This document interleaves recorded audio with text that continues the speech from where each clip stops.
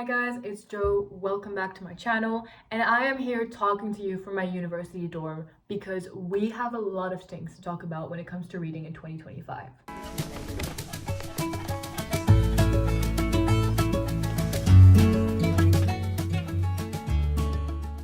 And a little precision, by the way, for this reading wrap up, which I didn't even say this, but this this is my 2025 reading wrap up.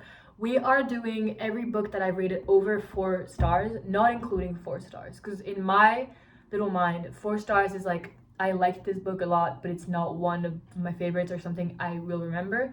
And then anything 4.25, 4.5 to 5 stars is actually a book that I think is worth me yapping about, if that makes any sense. So let's just start. We'll go from the least well rated to the better rated, and I hope you get some recommendations out of this.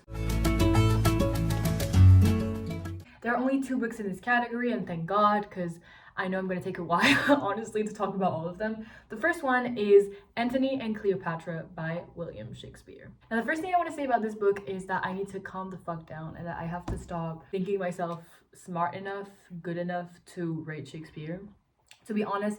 And that is actually what I wrote in my first ever review for this book that I had rated something like 3 stars. I had said, who am I to rate Shakespeare? And then rereading this book this year, rating it 4.25, I still feel very much the same way. Nonetheless, the reason why I really liked this play particularly is because I think it has a lot of interesting and different sort of takes from Shakespeare that you don't necessarily notice if you're not studying it, which I did. Fortunately, I did it for school, so that was really helpful. Particularly the character of Cleopatra, I think, is a wonderful depiction of what a strong, nuanced female character should be. I also think this book, despite the fact that it's first and foremost sort of like a romantic tragedy, kind of Romeo and Juliet like, there's also very much a political element and political commentary. Some of the imagery that Shakespeare uses about ambition, for example, is really striking, and just overall the satire of the political world, like Rome's political world, I thought was really interesting. The language around the love of Antony and Cleopatra is also really beautiful, and their love in general is really interesting, although I really don't think it should be the main reason why you read this book. I would recommend, if you can, while reading it, to have like an edition with like annotations or something to explain the references and the language that is not necessarily always understandable. Obviously, it's Shakespeare. You could really get a lot out of that experience. I'm also a big sucker for things that we don't necessarily understand in books, so stuff that is a bit absurd, like if there's a character that speaks nonsense, but I don't know if you guys know what I mean, but it sort of resonates with you, even if it's complete bonkers what they're saying, and you're like, oh, I sort of get it. I couldn't explain why, but I sort of get it, and I really like it, and I really like the feeling it's giving me. That's kind of the vibe that I get at some points during this book. You'll see for yourself if you read it, but the scene with the clown particularly is the scene I'm talking about, and yeah, it's just really great. The second book that I rated 4.25 stars, and funnily enough, this is also a book about the Roman Empire basically, is Memoirs of Adrian by Marguerite Yourcenar. Now, obviously I read this book in French, so I couldn't tell you if the translation is any good or if it's really different. Like I couldn't tell you anything about the English version at all. But this book in French is a really wonderful book. So what is it about? It's basically just this sort of fake autobiography of the Roman Emperor Adrian, and so Marguerite Yourcenar just kind of takes his point of view throughout the whole thing from his birth to his death, and that is the first thing that I'm a real sucker for because I love books that follow a character from their birth to their death. It's the thing that makes me the most emotional, and it's the thing that works the best for my personal reading style. But I also think that in general, this is just a very wonderfully crafted story. It feels very realistic, this Adrian point of view. It truly feels like you're listening to him and not some like French lesbian woman, you know? Again, it has wonderful, kind of like Antony and Cleopatra, wonderful philosophical moments, wonderful thoughts about the political world, political scheme, love. And that is something that I'm really looking for. Just a book that on the one hand makes me attached to the characters to the point of feeling emotional, and on the other hand gives me some great food for thought about life, the human condition, etc. And I think you could really get this from this book quite well. I couldn't really explain any more than this if I don't want to spoil too much about the story. It's a very smart and intellectual book, but it's also a very beautiful, very emotional book, and I think that is why I recommend it. Now moving on, very different because I obviously have a lot of nuance. We have Angela Carter, The Bloody Chamber, and Other Stories. Now, this is once again like Antony and Cleopatra, a book that I read for my baccalaureate. And also thank God for my baccalaureate, because I discovered so many great books during that time, and this one is probably my favorite one. So basically what Angela Carter does in this book is that she takes the fairy tales, the fairy tale stories that we grew up with as children. So Beauty and the Beast or Bluebeard. Bluebeard is actually the main one because the story of the Bloody Chamber, which is the first story in that collection, is inspired by the story of Bluebeard, and she changes them to look at them through a feminist lens, but in a very, very unconventional way. So instead of taking them and just kind of changing the morality or changing their ending, she makes them into this sort of horrific magical realism, and they become these like snapshots of sexist violence that just tell us so much through their violence and to their extreme nature. They tell us so much about what it's like to be a woman in society and gender dynamics in society still today. And I think it's a very, very interesting, very important, and also very, very entertaining book. Some of the stories are funny, some of the stories are horrific, very crude, very violent, very hard to read sometimes, but like endlessly rewarding and so worth it, especially again if you study it, if you read about it. There is one specific story that I think is my favorite. If you're too lazy to read the entire collection, which I understand, I would recommend reading the story The Tiger's Bride. That is my absolute favorite.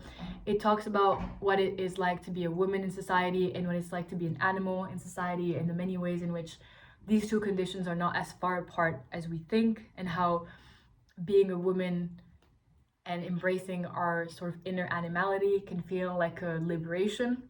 It's very complicated to explain. There is also an essay online. I don't think I can find it, unfortunately, but maybe you could, about this specific topic, like animality and femininity in The Tiger's Bride, that I read for school, and it just opened my eyes on so many different things. And yeah, it is a truly very eye-opening book without being boring. So that's why I recommend it. Now, another book that I rated 4.5 stars, there are again quite a lot of books in this category, is To the Lighthouse by Virginia Woolf. Now, this book, oh my god, it's so good, guys. I literally got it for my flatmate for her birthday like a week ago. That's how much I love it. I want to get it for everyone. I want everyone to read it. I want every single woman, especially in the world, to read it, because it's just so good. To the Lighthouse basically doesn't really have a plot. Nothing really happens. It's just following this family that lives in this house on the Isle of Skye with their family friends, and it's really all just looking at all these characters, and she dives in turn in each of their thoughts, in each character's thoughts. So we see this really beautiful, really complex mosaic of characters that interpret situations differently, that think about each other very differently, and it's a really beautiful depiction of what being a human is like. Honestly, that's the best way I can describe it.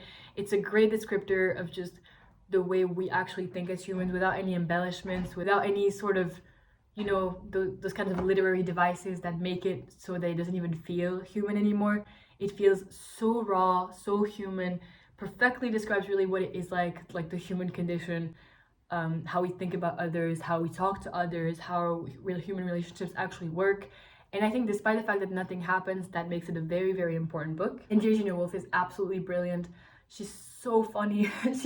There's this like one scene that I remember very clearly, where she's describing this man who's basically mansplaining, and she's in the thoughts of the mother who's listening to him, and it's just brilliant and so funny, and it's really just warms my heart to think about it, because you can kind of feel like, I don't know, I felt reading this book that Virginia Woolf just like took my thoughts, like put a thread between my brain and hers, and we were just in sync, and we understood the same things at the same time. That sounds very abstract, but if that sounds like a thing you would like to experience, then I really recommend reading this book. It's a book that makes you feel seen and makes you feel smart. So, you know, if you want that, just read it. We're getting to the end of this category soon. Another book that I rated 4.5 stars, and I'm not really going to talk about that much here, is The Two Towers, so the second volume of The Lord of the Rings by Tolkien. Honestly, I don't really remember much what happened compared to the first one. Like, they're kind of blurred in my mind together, so I think it would be much better if I just did a review of all three of them once I've read all three. If that's something that would be interesting to you, just tell me. But yeah, just read Tolkien. It's great, it's wonderful. The world building is exquisite, the characters are exquisite, the story is amazing, and it is, again, a very rewarding experience. So that's all I can say about that, really. I'm sure you know what Lord of the Rings is and how it works, but yeah, it's really great. Now another book that I rated 4.5 stars, and by the way, the reason why I don't have all of them with me is because again I'm studying abroad, so I only have a certain amount of them here with me, but one of them that I really enjoyed was Death on the Nile by Agatha Christie. I think I really like Agatha Christie because she always manages to mix up her crime stories, which in themselves are really good, well written, super interesting, super nice, with amazing humor and amazing commentary on a lot of different things, actually, social questions, human relationships, a little like sprinkle of commentary on what it's like to be like a human and human condition, which seems to be a common thread in books that I like. But yeah, she just combines all these things really well, and it makes something that's just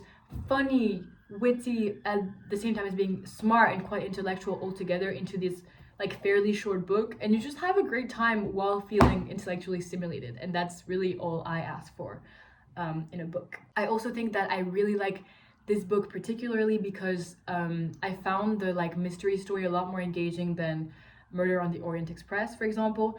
I thought that one, careful, I'm gonna spoil, like skip past a little bit if you don't want to spoil, but I thought the ending of Murder on the Orient Express was actually quite underwhelming because I'm not a huge fan of those like whodunits where at the end it's like everybody done it or nobody done it. It's like, okay, so I've been trying to figure it out this whole time and there was no way I could have figured it out, you know. It just doesn't feel satisfying to me.